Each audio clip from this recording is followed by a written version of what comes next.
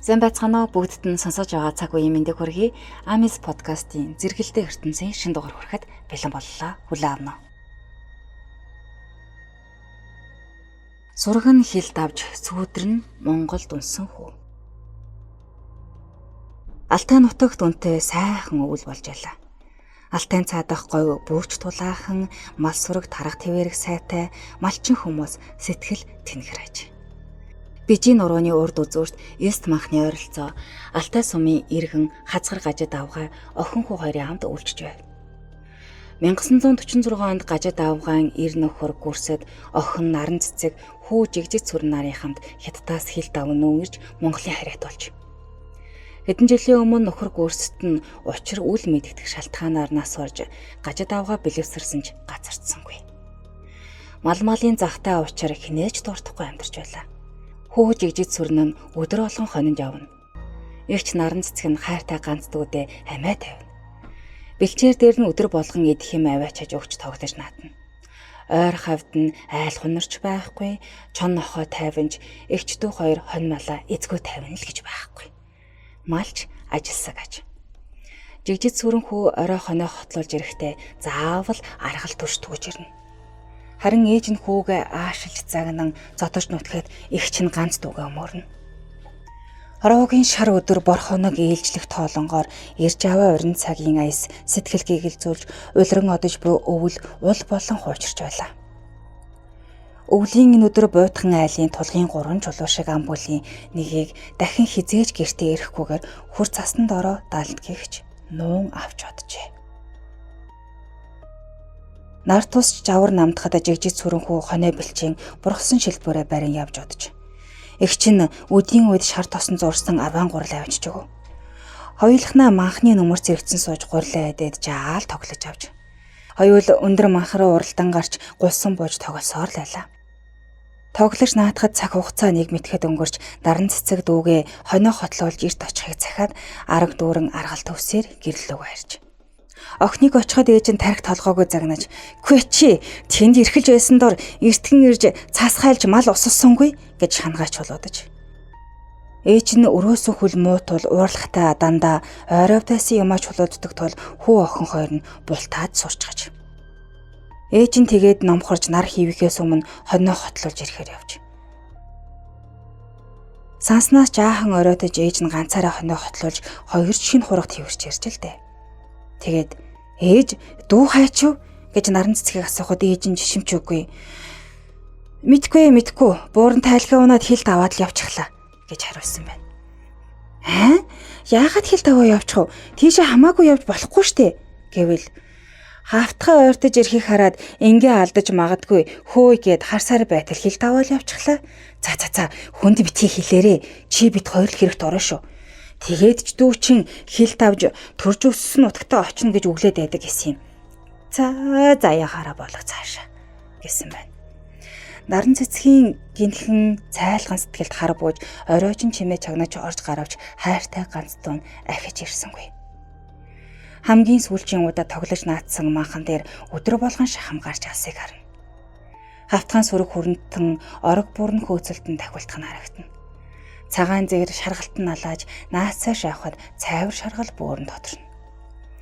Наран цэцэг хоноо хариулах зураа хилийн цэргийн дараа хурандаа зундуу гэдэг хүнд "Энэ манай дүү бууран тайлгаа унаад хилд аваад явчихсан гэх юм та үзэж хараагүй биз?" гэж асуусан байна.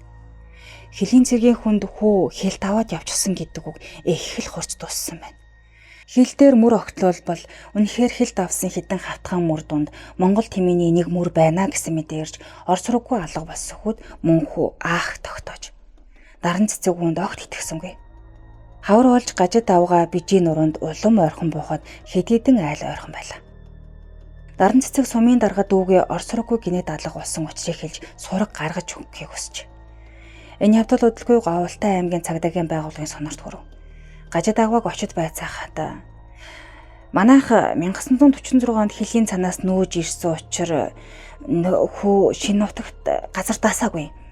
Танил хүүхдүүдээрээ очно гэд бууран тайлаг унаад хэсэг хавтгаан дунд нуугдаад хилд аваад явчихсан гэж хариулсан байна. Харин охин наран цэцэг нь "Тэгэхэд Буур орж байсан үе болохоор манай бууран тайлхыг айл аваад явчихсан байсан гэж хариулсан байна. Гажид имгэн Говьалтай аймгийн төвд авчирч хорж дахин байцаасан боловч өнөөх хүүгээ давтаж хэлсээр л байж. Хүүгээ алсан гэх ямар ч нотлохоогүй учраас ямар нэгэн асуудал тавьж болохгүй байлаа. Ахлах төлөөлөгч Мэждийн Санги Шарвын хамт Чулуунбаат энэ ээдрээтэй асуудлыг газар дээр нийцэлсэн шалгахаар Алтай сум руу явж.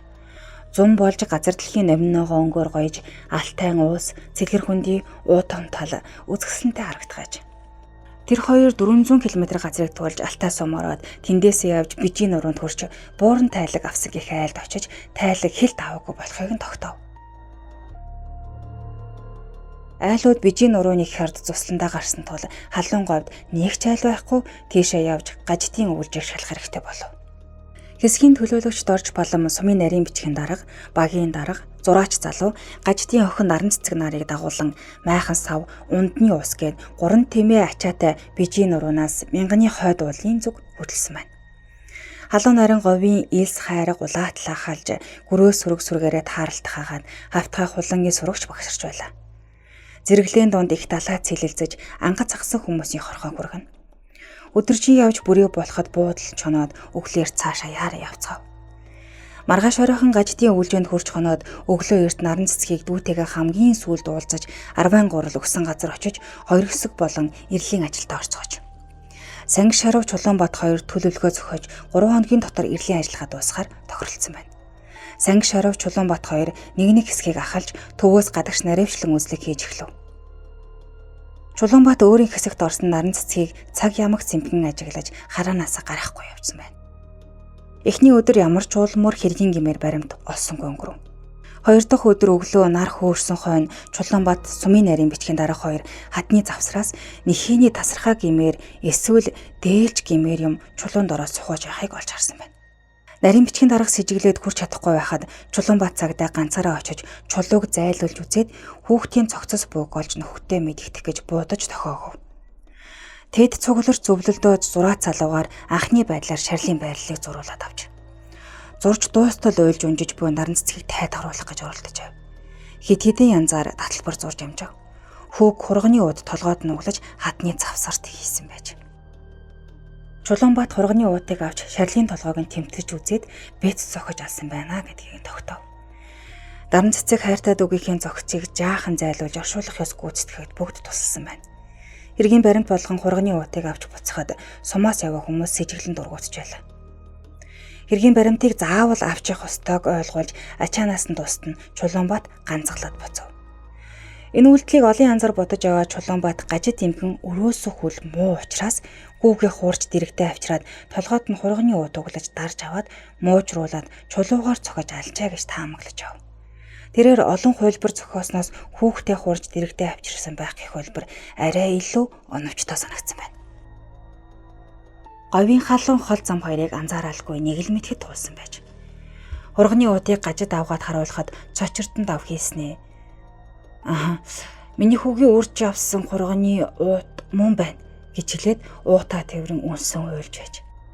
Тэгсэн хэрний ганц хүүгээ алсан хэрэгэ хүлээхгүй бүр ганц охин руугаа хүртэл чихэж тэр алсан бие мэднэ гэж олон хоногоор охиноо шорон суулгаж байцаалгаж байж. Тэр аваал нөхөр гүсэдтэй 2 удаа хоол унд нь хор хийж өгөхөд золоор ам гараад дараа нь салж хөндөрсөн ч учир битүүлгээр нас орж. Хүмүүсийн ярилцах нь Гажидын нөлөө байсан гэдэг. Хүмүүс хазгарын агвахаас их айдаг байж. Гажидад хууль зохиох шийтгэл оногдуулахад хар цагаан дуугож зөвшөөрч толгой тохиж байж.